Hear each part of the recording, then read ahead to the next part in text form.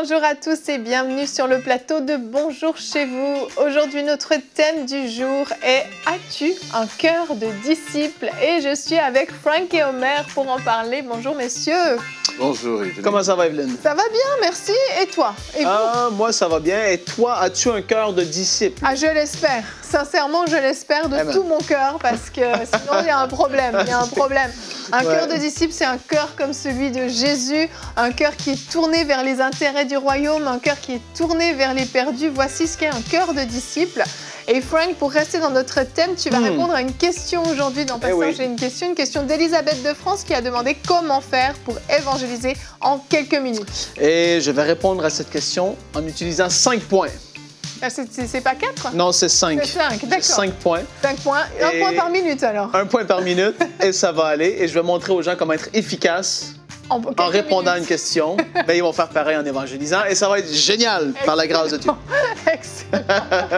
Et toi, Omar, tu vas faire la pensée du jour aujourd'hui. Avec le thème du jour, as-tu un cœur de disciple? Et donc là-dedans, on va regarder 3 points essentiels pour un cœur de disciple. Tu as aimé comment j'ai repris un peu ton rôle? Il est prêt à animer. Allez, on échange les rôles aujourd'hui. Non, merci. Et Frank, comment ça va se passer dans Culture et Médias aujourd'hui? Ça va être très bien. Il va y avoir un Zoom. Et là, j'essaie de garder mon sérieux, Evelyne. Il va y avoir un Zoom avec Nadine et un frère qui s'appelle... Romain Lagache. Exactement. Et qui présente son mouvement... Wow, son mouvement d'évangélisation. D'évangélisation sur Internet. Sur Internet. Donc, c'est un mouvement original, vraiment. C'est super ce qu'ils ont mis en place. Ça s'appelle Jésus Identité. Donc, c'est ça. Nadine a eu son invité sur Zoom et on découvrira ça en fin d'émission. Mais c'est un très, très beau concept auquel je pense que vous allez tous vouloir adhérer parce que c'est très, très simple et c'est un très bon moyen de gagner des âmes et de devenir un évangéliste du web. Vous verrez ça tout à la fin de l'émission. On commence tout de suite avec la pensée du jour.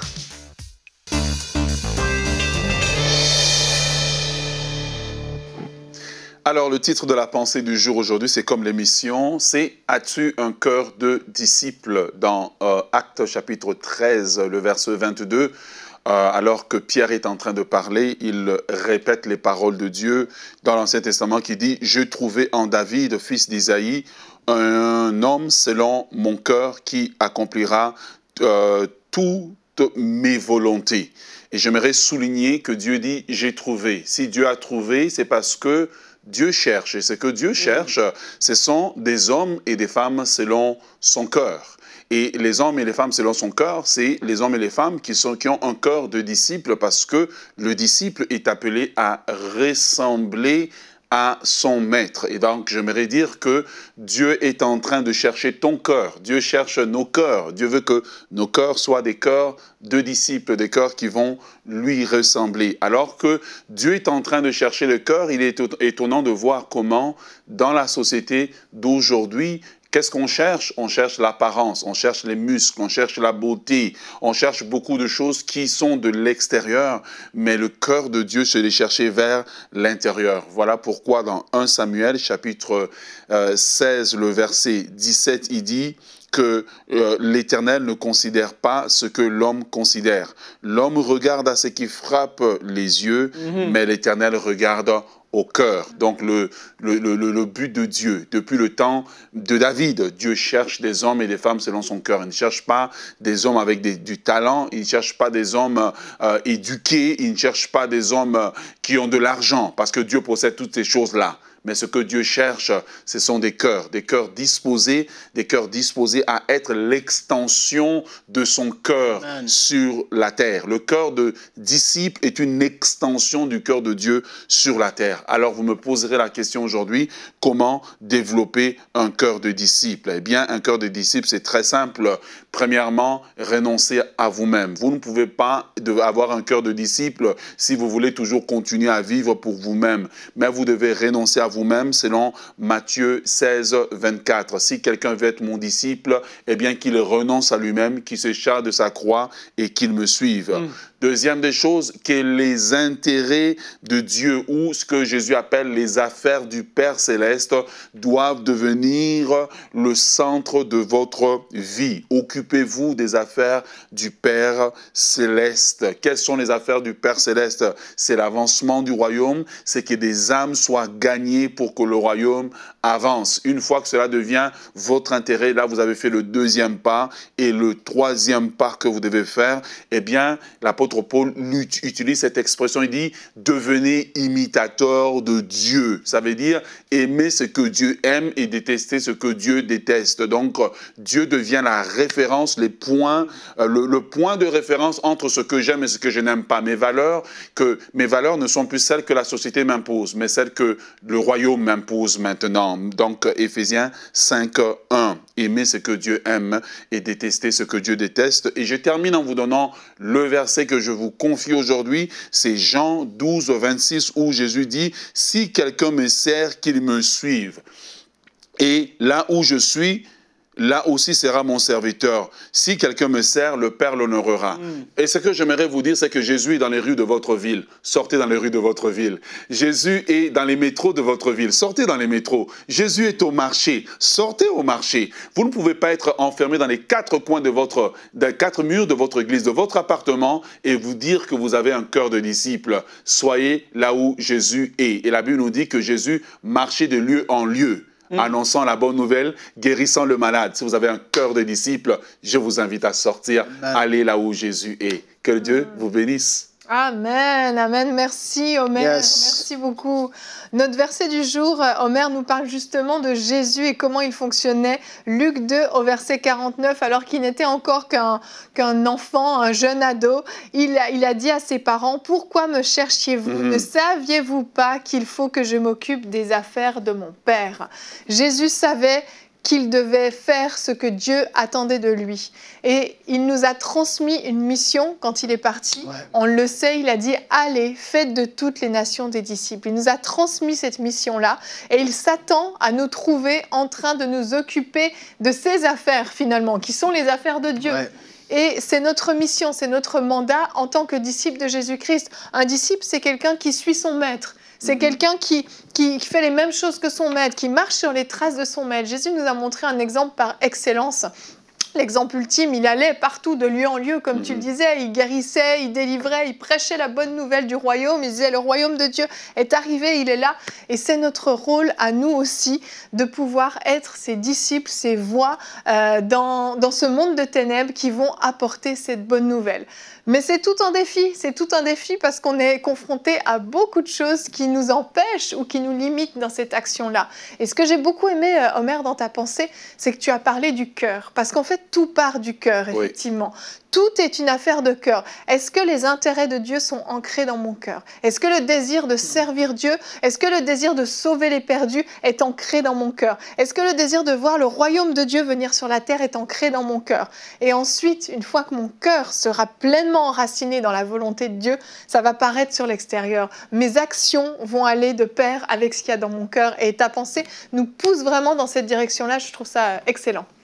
Effectivement, Evelyne, et dans ce domaine-là, c'est que l'ennemi trompe souvent beaucoup de chrétiens qui ont justement ce penchant naturel à aller chercher des âmes en leur pointant « mais tu n'as pas d'éducation, regarde ton passé, voilà telle situation dans ta vie, tu as un handicap physique, comment les gens vont répondre à toi, etc. » Et donc, toutes ces choses forment une barrière. Mais j'aimerais vous inviter de la part de Dieu à vaincre cette barrière. Le disciple ne se regarde pas lui-même, mais il regarde à son maître. Il dit, premièrement, si mon maître était comme ça, je dois être de la même manière. Et puis, il se dit aussi, si mon maître l'a fait, je peux le faire. Et j'aimerais te dire aujourd'hui, tu peux le faire. Tu peux gagner des âmes pour le royaume de Dieu. Amen. Et en fait, qu'est-ce qu'il faut se rappeler toujours, c'est de commencer à vivre un style de vie comme ça. C'est une question d'habitude. Et tu dois commencer à le faire petit à petit. Moi, personnellement, mes temps avec le Seigneur, c'est plutôt le soir, j'en ai souvent parlé, mais ça s'est instauré dans ma vie petit à petit. Parce qu'au début, tu cours après ton temps, tu dis « j'ai pas le temps », mais en réalité, c'est pas vrai. Autant qu'aller soit évangéliser, que ce soit t'impliquer, que ce soit ta consécration avec le Seigneur, c'est une question de quotidien, mais c'est des habitudes que tu vas former petit à petit. Et ça, il faut être OK avec ça. Et pas se dire « cette semaine, je commence à lire ma Bible 1 heure par jour. Ça va être une montagne, tu oublies ça. Ça va être trop gros. Tu commences petit et tu commences dans les petites choses et tu es fidèle et tu vas voir, même ton cœur va être transformé au travers de cette méditation quotidienne, au travers de ces temps avec Dieu qui sont au quotidien. Tu vas être transformé de plus en plus. Mais c'est vraiment quelque chose qui se fait par habitude. Et pour beaucoup de gens, on parle d'avoir un cœur de disciple. On veut un cœur de disciple, mais il ne faut pas oublier que c'est le Seigneur qui nous façonne. Oui. Et en fait, prier et crier à Dieu et dire « Seigneur, je reconnais que ma priorité, ce n'est pas forcément tes intérêts. Ma priorité présentement dans ma vie, c'est tourner vers moi ce que je veux. » Et ce n'est pas exactement ça que ça doit être. Mais ça, il faut être humble, le reconnaître et dire « Seigneur, je veux que tu me façonnes. Commence, s'il te plaît. » Quotidiennement, je vais mettre 5-10 minutes pour commencer avec toi, mais je sais que dans ces petits temps-là, tu vas faire une œuvre extraordinaire en bout de ligne. Amen, amen. J'ai une citation de Billy Sunday, qui est un évangéliste américain, je vous en ai déjà parlé, et qui a dit « Arrêtons de perdre notre temps avec la religion et faisons quelque chose pour emmener le monde à Christ. » Et j'aime beaucoup cette citation parce qu'en fait, ça nous montre un décalage justement entre la religion qui va être cette affaire où on est dans le « il faut faire, il faut faire, il faut faire », mais finalement, ce n'est pas une affaire de cœur, c'est une affaire de devoir, ça se passe tout au niveau de la tête, et une affaire de cœur, amener le monde à Christ. Les gens soupirent après le Seigneur. Hier soir, il m'est arrivé quelque chose de surprenant, je sortais pour mettre ma poubelle à l'extérieur, ma voisine qui était à l'extérieur vient vers moi et m'a presque demandé « mais parle-moi de Jésus », c'était pratiquement ça. Elle avait tellement soif de Dieu, elle a commencé à me parler de choses, et puis elle, ses croyances, etc. Puis elle m'a tendu une perche, mais gigantesque. Moi, j'étais là avec mon bac de recyclage dans les mains, il faisait 39 degrés, il y avait des moustiques partout, j'étais en train de me faire dévorer les jambes. Et j'ai dit, OK, Seigneur, c'est toi qui as préparé ce moment pour que je lui parle. Exact. Et je lui ai parlé du Seigneur, je lui ai parlé de l'éternité, je lui ai parlé de sa vie, je lui ai parlé du pardon, je lui ai parlé de plein de choses. Il y a des opportunités, des fois, que Dieu crée pour nous. Et on est tellement, justement, dans le « il faut, j'ai pas le temps, j'ai pas le temps, j'ai pas le temps » qu'on passe à côté, alors que Dieu avait préparé le terrain longtemps à l'avance pour qu'on ait juste à ouvrir notre bouche et à parler de sa part, en fait. Amen. Oui, et c'est tellement vrai. Et ces opportunités-là ne viennent pas toujours au moment où nous y attendons. Ces opportunités viennent par quelqu'un qui a manqué son train, qui est frustré parce que, voilà, telle ou telle situation. Et le travail du disciple, c'est de retourner la situation. Il a raté son train et s'il ratait le train de l'éternité. Voilà, vous voyez, il y a différents trains dans la vie. Et c'est vraiment cet exercice, c'est pour ça que j'aime beaucoup ce mouvement d'évangélisation. Et il y a plein d'autres mouvements d'évangélisation qui nous donnent des techniques. Comment gagner quelqu'un, comment prendre quelqu'un dans le métro facilement et le retourner. Mais ça commence quand le disciple dit « Me voici, je suis prêt à faire ta volonté. » Amen, amen. Et Frank, Omer nous parle de métro. Dans le métro, on sait quand on rentre dans le métro, mais on sait qu'on y sort aussi assez rapidement. Ça nous laisse quelques minutes. Si on croise quelqu'un, allez dans le métro par exemple, Elisabeth aimerait savoir comment elle peut faire pour évangéliser en quelques minutes. J'y vais, c'est parti. Top chrono. Et donc là, je vais énumérer 5 façons avec lesquelles que moi j'ai utilisé et que j'ai vu Dieu agir de différentes manières. Chaque opportunité est différente et on doit savoir s'adapter à ce que Dieu veut faire en ce moment précis-là. C'est super important. Evelyne, elle aurait pu pas être à l'écoute du Saint-Esprit et passer complètement à côté de la plaque quand sa voisine est venue la voir. Donc, la première méthode, la plus classique, quand on n'a vraiment pas beaucoup de temps, c'est de pouvoir avoir toujours 1 ou 2 Nouveaux Testaments avec nous, des petits Gédéons. Ça, tu peux donner ça avec un numéro de contact de votre Église. Il y en a qui vont même mettre leur numéro à eux parce que c'est des gens qui ont la facilité avec ça. Mais tu laisses ça, tu dis hey, « je sais que ça peut changer ta vie ». La personne, le soir, la parole est vivante, elle bouleverse la vie. Premier point, très classique, mais c'est très efficace. Deuxième point, par la puissance. Tu peux être dans un métro et tu vois visiblement qu'une personne a un malaise. Quelqu'un a mal à quelque part, quelqu'un a se plaint, tu vas aller vers cette personne et tu peux lui dire directement, « Hey, j'aimerais pouvoir prier pour toi, je vois que tu as un malaise en fait. » Et ça, la personne est déstabilisée parce que prier pour moi, c'est quoi ce truc-là? Je me suis jamais fait. Et OK, si tu veux. Tu pries pour la personne, il y a un résultat qui se passe, le cœur est ouvert parce que tu lui dis, Jésus, c'est la personne qui te guérit, c'est pas moi je peux rien faire par moi-même. Boum, la porte est ouverte. Et après ça, tu fais avec le temps que tu as, mais tu apportes l'Évangile. Mais c'est une façon efficace et ça démontre la puissance de Dieu, que Dieu s'en fait pour cette personne-là. C'est tellement efficace. Même chose, je l'ai vécu, c'est très, très puissant. L'autre moyen, par ton témoignage personnel, pratique-toi. Élabore pas ta vie sur 1h30 parce que ça l'ennuie beaucoup de gens. Et les gens, quand ils te racontent leur vie en détail, des fois, ils vont être polis, ils vont écouter, mais après un certain temps, arrive au bout, là. Oh ouais, vas-y, pratique-toi. Voici ce que j'étais avant. Jésus est arrivé dans ma vie, boum! Après ça, je suis comme ça aujourd'hui. C'est ce que les gens veulent savoir. Tu étais comme ça avant. Très classique, j'y vais comme ça. Toxicomane, Jésus m'a délivré. Aujourd'hui, je suis père de famille, je suis épanoui, je vis une vie extraordinaire. Mais c'est Jésus qui l'a fait dans ma vie. Pratique-toi à apporter ton témoignage personnel de façon efficace parce que personne peut rien dire contre ton témoignage. Oui. Tu l'as vécu, c'est ta propre vie.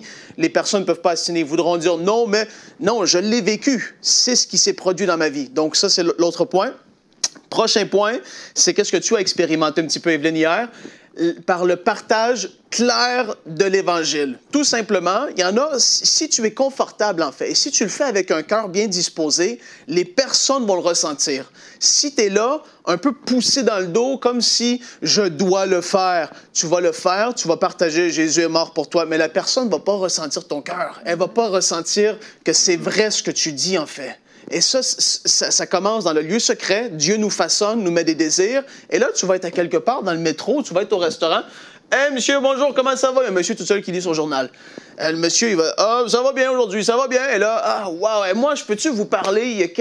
J'ai rencontré Dieu dans ma vie, c'est extraordinaire. » Et là, tu annonces l'évangile direct. Tu vas droit au but. La personne ne peut pas se sauver, elle a son journal et son repas. Elle est là, elle est prise. Et puis, tu fais ce que tu as à faire. Et voilà, ça peut se faire en 2, 3, 4 minutes si tu es clair au but. Et après ça, tu lances l'invitation au monsieur, à la madame, à peu importe c'est qui. Prochain point, par les dons du Saint-Esprit. Oh, ça, c'est puissant. 1 Corinthiens 12 nous énumère les dons du Saint-Esprit. Quand le Saint-Esprit te révèle surnaturellement une parole de connaissance, une parole de sagesse pour quelqu'un concernant quelque chose que cette personne-là va faire dans le futur que personne ne saurait, mais toi, soudainement, oui. Tu le sais. Wow! La personne, elle ne peut rien dire encore là parce que c'est surnaturel. Elle va se dire, mais comment est-ce que tu sais ça? Comment? Et ça, c'est par les dons du Saint-Esprit. Et qu'est-ce qu'on fait avec le Saint-Esprit? On recherche ardemment à être utilisé par lui. Et on revient à ce qu'on disait un petit peu plus tôt dans l'émission, ça se passe dans le lieu secret. Quand Dieu te façonne, tu vas venir qu'à désirer ces choses plus que jamais. Peut-être que Dieu ne va jamais t'avoir donné de songe auparavant, mais soudainement, tu as un songe la nuit d'après, tu te vois faire quelque chose dans l'épicerie, dans le magasin, à ton travail, tu t'aurais jamais imaginé faire, mais en fait, c'est Dieu qui te montrait ce que tu dois faire. Et ça, c'est par révélation surnaturelle, c'est par les dons du Saint-Esprit que Dieu nous parle. Il nous avise des choses qui sont à venir, de ce qu'on doit faire. Et ça, quand ça arrive, gloire à Dieu, c'est puissant parce que ça va arriver, parce que Dieu sait ce qui est devant toi, il sait tous les pas de ta journée, puis il sait où est-ce que tu vas te retrouver cette journée-là. C'est tellement glorieux. Alléluia! 5 minutes et j'ai terminé, Evelyne. Voilà 5 méthodes efficaces pour témoigner en quelques minutes. Wow, bravo! En tout cas, toi, tu l'as fait en 5 minutes. Bravo! Ça va? T'as eu chaud? Ouais, mais je suis arrivé au bout. Hein. Bravo! Et je vais continuer de parler vite comme ça. Non, parce que c'est un petit peu fatigant à la longue quand même. Okay. Merci, Frank. Voilà, si comme Elisabeth, vous vous posez des questions, vous pouvez nous écrire à l'adresse pasteur.j'ai-une-question@emcitv.com. Nous allons maintenant découvrir l'entretien de Nadine avec Romain Lagache qui lui a parlé de Jésus Identité dans la rubrique Culture et Médias.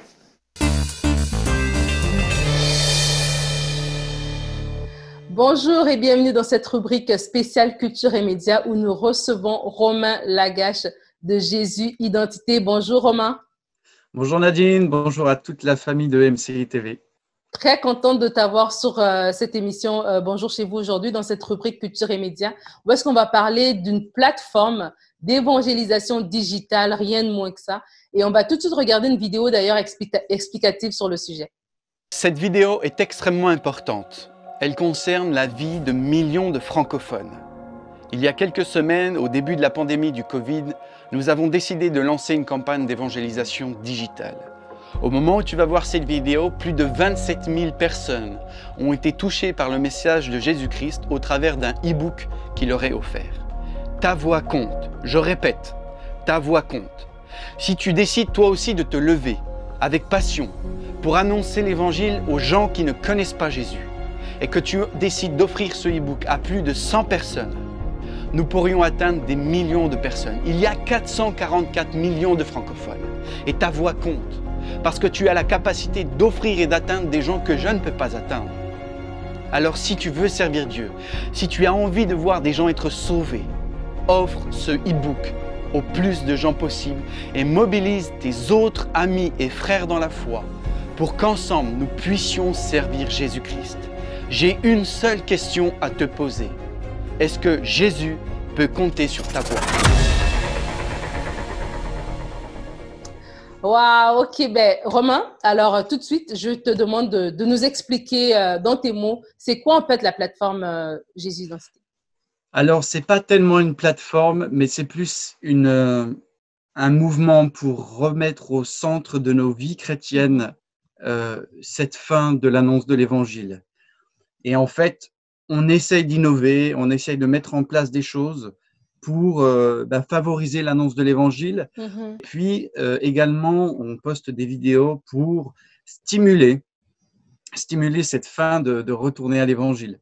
Alors, un évangéliste, quand il parle, c'est toujours un peu compliqué parce qu'on a toujours l'impression qu'il nous gronde. Ma femme, à chaque fois, elle me dirait « Romain, arrête, tu es en train de… » Voilà.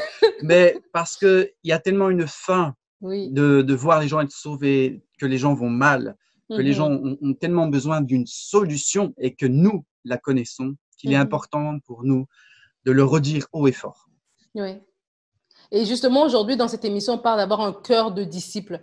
Et un cœur de disciple aussi, ça comprend ou ça part par l'évangélisation. Parce que c'est ça le cœur de Dieu, hein, c'est de sauver les perdus. Et dans le mouvement Jésus Identité, dans tout ce qui est là, il y a cette plateforme. Comment tu peux un peu nous expliquer le e-book, comment il fonctionne exactement?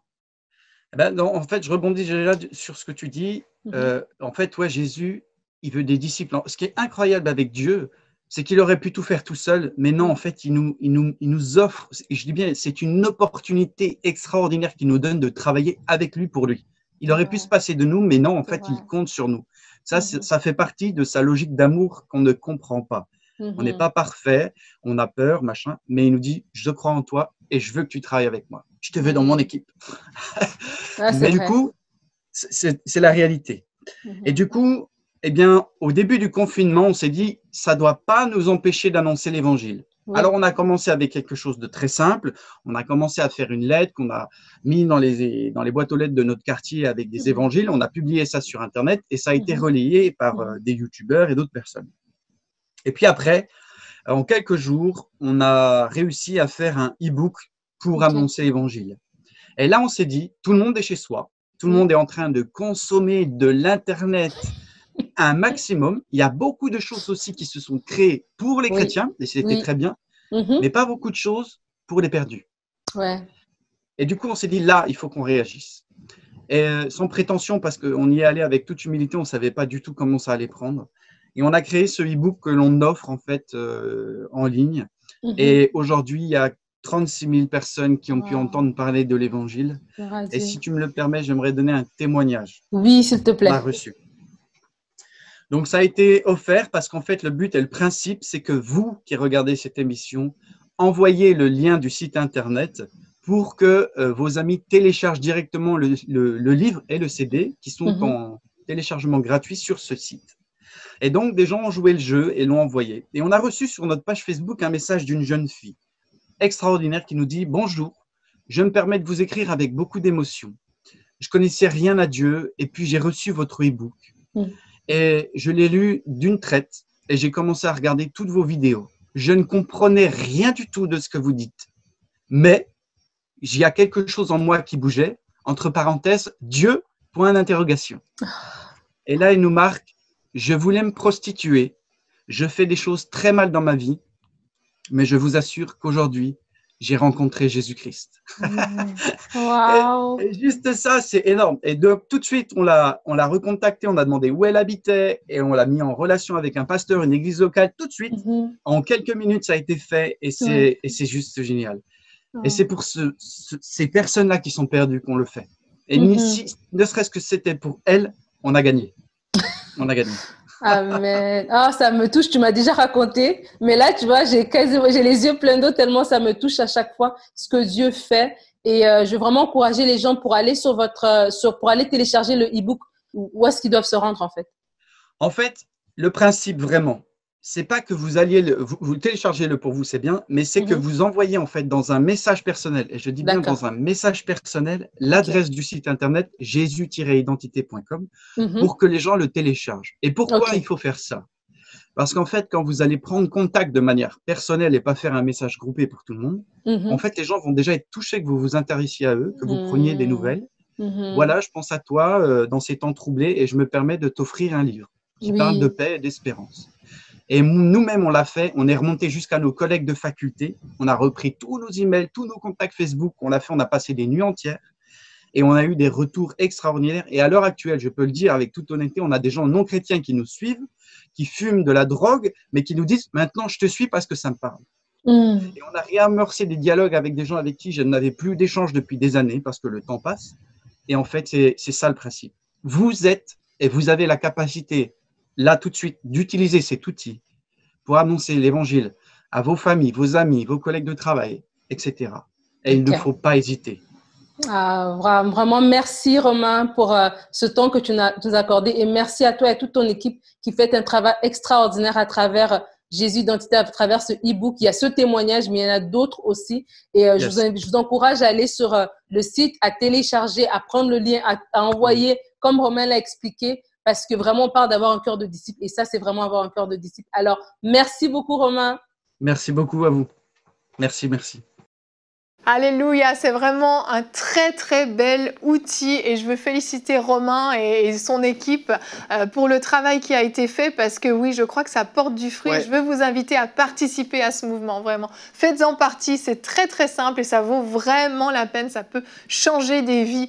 Vraiment, c'était une très belle émission, messieurs. Je crois qu'on a compris le nœud du problème, c'est que souvent on oublie de travailler notre cœur, de laisser Dieu travailler notre cœur, mettre en nous ce cœur de disciple. Et je veux vous inviter à la maison, passer du temps au pied du maître. Comment on devient un disciple? Ça ne se passe pas en une journée. Un disciple, c'est quelqu'un qui était en permanence avec son maître.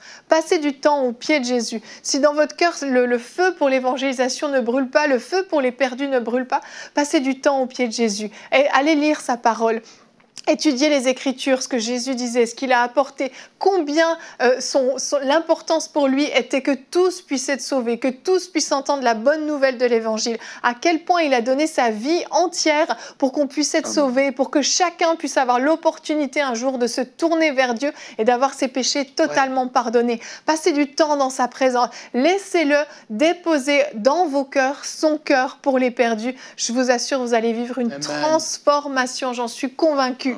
Et demain, on va se retrouver, nous allons parler de comment guérir des blessures de son passé. Certains d'entre vous, vous souffrez énormément de votre passé.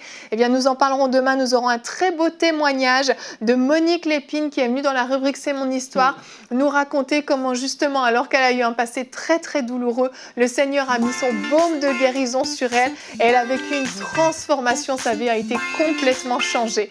À demain, merci de nous avoir suivis et bonjour chez vous.